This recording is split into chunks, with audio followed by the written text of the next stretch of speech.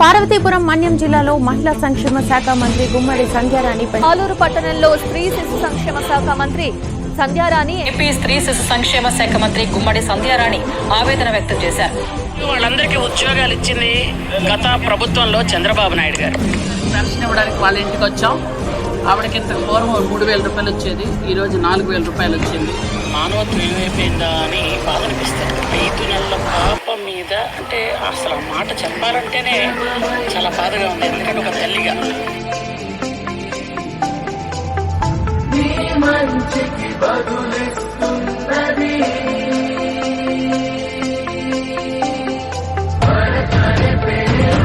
కాకుండా 3 నెలల బకాయి కలిపి 7,000 పంపిణీ చేసినట్లు